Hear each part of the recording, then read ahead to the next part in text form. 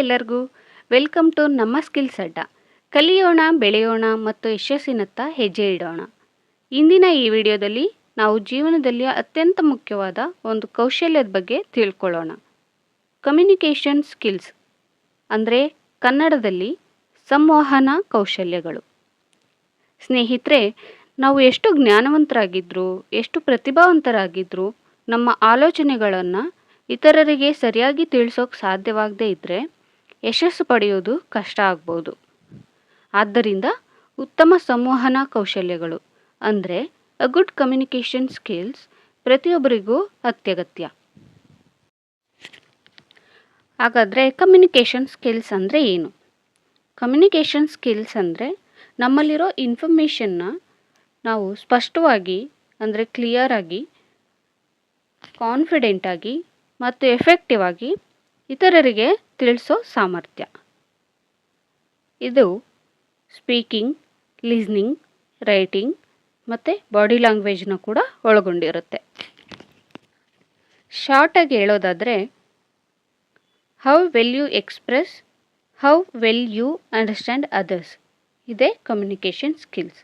ಕನ್ನಡದಲ್ಲಿ ಹೇಳೋದಾದರೆ, communication skills ಅಂದರೆ ನಾವು ನಮ್ಮನ್ನು ಎಷ್ಟು ಚೆನ್ನಾಗಿ ವ್ಯಕ್ತಪಡಿಸ್ತೇವೆ ಮತ್ತು ಬೇರೆಯವ್ರನ್ನ ಎಷ್ಟು ಚೆನ್ನಾಗಿ ಅರ್ಥ ಮಾಡ್ಕೋತೀವಿ ಅನ್ನೋದು. ಕಮ್ಯುನಿಕೇಷನ್ ಸ್ಕಿಲ್ಸ್ ಏಕೆ ಮುಖ್ಯ? Communication skills will help you to build strong relationship, ಅಂದರೆ ಉತ್ತಮ ಸಂಬಂಧಗಳನ್ನ ನಿರ್ಮಿಸೋಕೆ ಸಹಾಯ ಮಾಡುತ್ತೆ. ಅವಾಯ್ಡ್ ಮಿಸ್ಅಂಡರ್ಸ್ಟ್ಯಾಂಡಿಂಗ್ಸ್, ತಪ್ಪು ಅರ್ಥೈಸ್ಕೊಳ್ಳೋದನ್ನು ಕೂಡ ಕಡಿಮೆ ಮಾಡುತ್ತೆ. ಇಂಪ್ರೂವ್ ಟೀಮ್ ವರ್ಕ್, ನಿಮ್ಮ ತಂಡದೊಂದಿಗೆ ಉತ್ತಮ ಕೆಲಸ ಮಾಡೋಕ್ಕೆ ನೆರವಾಗುತ್ತೆ. ಪ್ರೆಸೆಂಟ್ ಐಡಿಯಾಸ್ ಕಾನ್ಫಿಡೆಂಟ್ಲಿ, ನಮ್ಮ ಆಲೋಚನೆಗಳನ್ನ ಆತ್ಮವಿಶ್ವಾಸದಿಂದ ವ್ಯಕ್ತಪಡಿಸೋಕೆ ಸಹಾಯ ಆಗುತ್ತೆ. ಹ್ಯಾಂಡಲ್ ಕಾನ್ಫ್ಲಿಕ್ಟ್ಸ್ ಸ್ಮೂತ್ಲಿ, ಸಮಸ್ಯೆಗಳು ಮತ್ತು ಭಿನ್ನಾಭಿಪ್ರಾಯಗಳನ್ನ ಕೂಡ ಸರಿಪಡಿಸೋಕೆ ಸಹಾಯ ಮಾಡುತ್ತೆ. ಗ್ರೋ ಪ್ರೊಫೆಷ್ನಲಿ, ವೃತ್ತಿ ಜೀವನದಲ್ಲಿ ಬೆಳೆಯೋಕ್ಕೆ ಹೆಲ್ಪ್ ಆಗುತ್ತೆ. ಇನ್ಫ್ಲೂಯೆನ್ಸ್ ಆ್ಯಂಡ್ ಇನ್ಸ್ಪೈರ್ ಅದರ್ಸ್, ನಾವು ಇತರರನ್ನು ಪ್ರೇರೇಪಿಸೋಕ್ಕೆ ಮತ್ತು ಪ್ರಭಾವಿಸೋಕ್ಕೆ ಕೂಡ ಇದು ಸಹಾಯ ಮಾಡುತ್ತೆ.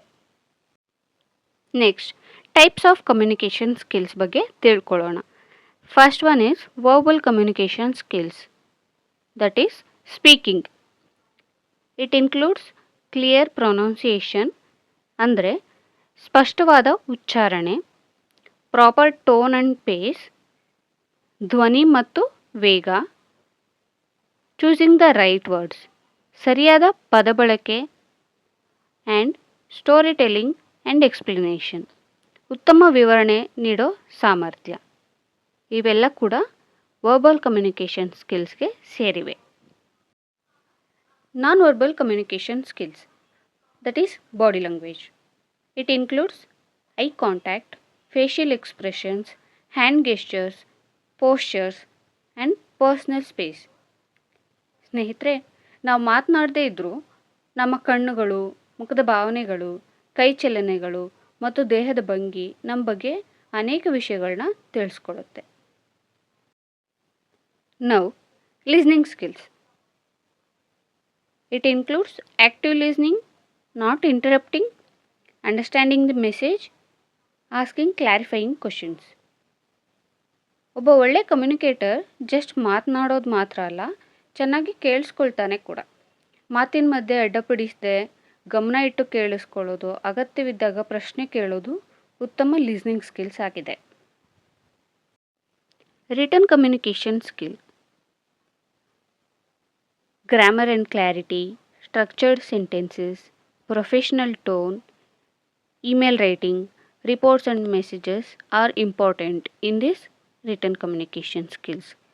ಕನ್ನಡದಲ್ಲಿ ಹೇಳೋದಾದರೆ, ಇಮೇಲ್, ಸಂದೇಶ, ವರದಿ ಅಥವಾ ಪತ್ರ ಬರೆಯುವಾಗ ಸರಿಯಾದ ವ್ಯಾಕರಣ, ಸ್ಪಷ್ಟತೆ ಮತ್ತು ವೃತ್ತಿಪರ ಶೈಲಿ ಬಹಳ ಮುಖ್ಯ. Fifth one is visual communication skills. It includes charts, graphs, images, infographics, diagrams. ಕನ್ನಡದಲ್ಲಿ ಹೇಳೋದಾದರೆ ಚಾರ್ಟ್ಗಳು, ಗ್ರಾಫ್ಗಳು, ಚಿತ್ರಗಳು ಮತ್ತು ಇನ್ಫೋಗ್ರಾಫಿಕ್ಗಳ ಮೂಲಕ ಕೂಡ ಮಾಹಿತಿ ನೀಡೋದು. ಸ್ಟ್ರಾಂಗ್ ಕಮ್ಯುನಿಕೇಷನ್ ಸ್ಕಿಲ್ಸ್ನ ಪ್ರಮುಖ ಅಂಶಗಳನ್ನ ನಾವಿಲ್ಲಿ ತಿಳ್ಕೊಳ್ಳೋಣ. ಕ್ಲಾರಿಟಿ. ನಾವು ಹೇಳಬೇಕಾಗಿರೋ ವಿಷಯ ಸ್ಪಷ್ಟವಾಗಿರಬೇಕು. ಕಾನ್ಫಿಡೆನ್ಸ್. ಆತ್ಮವಿಶ್ವಾಸದಿಂದ ಮಾತಾಡಬೇಕು ಮತ್ತು ಪಾಸಿಟಿವ್ ಬಾಡಿ ಲ್ಯಾಂಗ್ವೇಜನ್ನು ಕೂಡ ಹೊಂದಿರಬೇಕು. ಎಂಪತಿ ಅಂದರೆ ಸಹಾನುಭೂತಿ. ಎದುರುಗಡೆ ಇರೋ ವ್ಯಕ್ತಿಯ ಭಾವನೆಗಳನ್ನು ಮತ್ತು ದೃಷ್ಟಿಕೋನವನ್ನು ಅರ್ಥ ಮಾಡ್ಕೋಬೇಕು. Active listening. ಸಂಪೂರ್ಣ ಗಮನ ಇಟ್ಟು ಕೇಳಿಸ್ಕೋಬೇಕು. ಫೀಡ್ಬ್ಯಾಕ್. ರಚನಾತ್ಮಕ ಪ್ರತಿಕ್ರಿಯೆ ನೀಡೋದು ಮತ್ತು ಸ್ವೀಕರಿಸೋದು ಕೂಡ ಬಹಳ ಮುಖ್ಯ. ರೆಸ್ಪೆಕ್ಟ್. ಸೌಜನ್ಯಪೂರ್ಣ ಅಥವಾ ಸಭ್ಯವಾದ ಪದಬಳಕೆ ಮತ್ತು ಸ್ನೇಹಪರ ಸ್ವರವನ್ನು ಕಾಪಾಡ್ಕೋಬೇಕು. ಅಡ್ಯಾಪ್ಟಬಿಲಿಟಿ ಅಂದರೆ ಹೊಂದಿಕೊಳ್ಳೋದು. ನಾವು ಮಾತಾಡ್ತಾ ಇರೋ ವ್ಯಕ್ತಿಗೆ ಅನುಗುಣವಾಗಿ ನಮ್ಮ ಸಂವಹನ ಶೈಲಿಯನ್ನು ಬದಲಾಯಿಸ್ಕೋಬೇಕು.